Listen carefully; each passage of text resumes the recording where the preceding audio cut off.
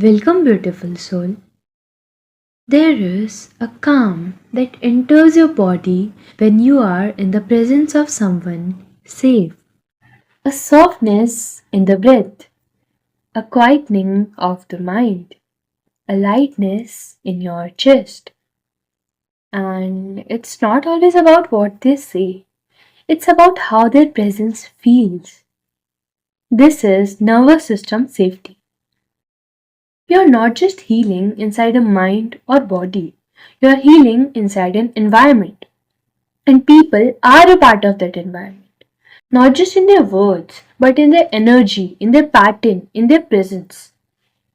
Some personalities are not healthy for your nervous system.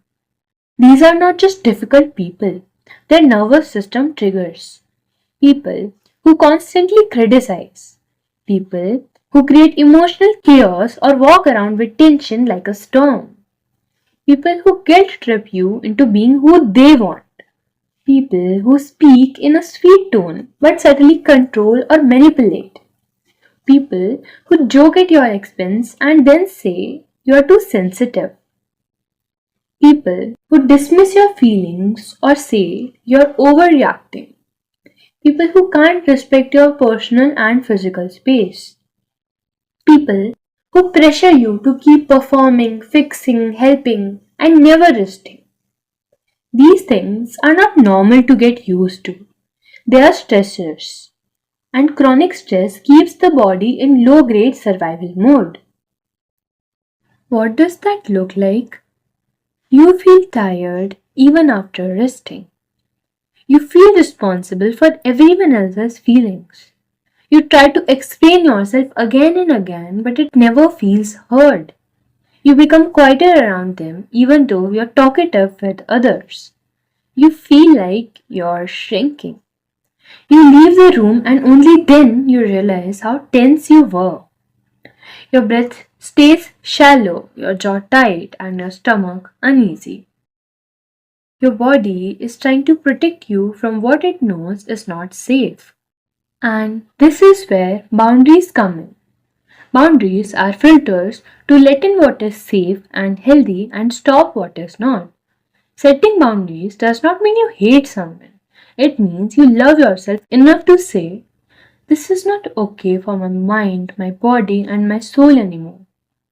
It may look like choosing distance, not explaining your no anymore, saying that you're not available for certain conversations, locking your door when you need space, refusing to be the emotional sponge for someone else, leaving the room when voices are raised, cutting contact with someone who keeps harming you even though they're family.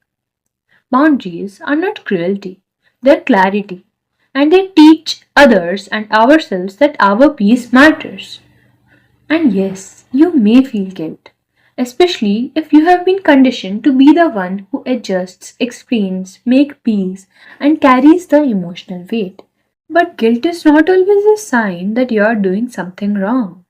Sometimes guilt is just a residue of breaking an old pattern, a pattern where your worth was tied to how much discomfort you could tolerate.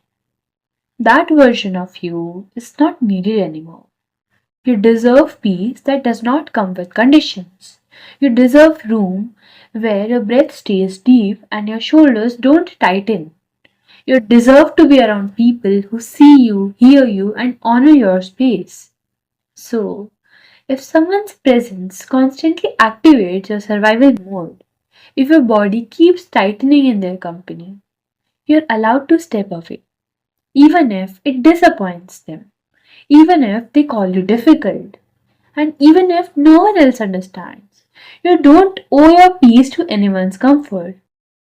You're allowed to choose peace. You're allowed to protect your energy. You're allowed to begin again in a softer space with safer people. And that choice, that's where true healing begins.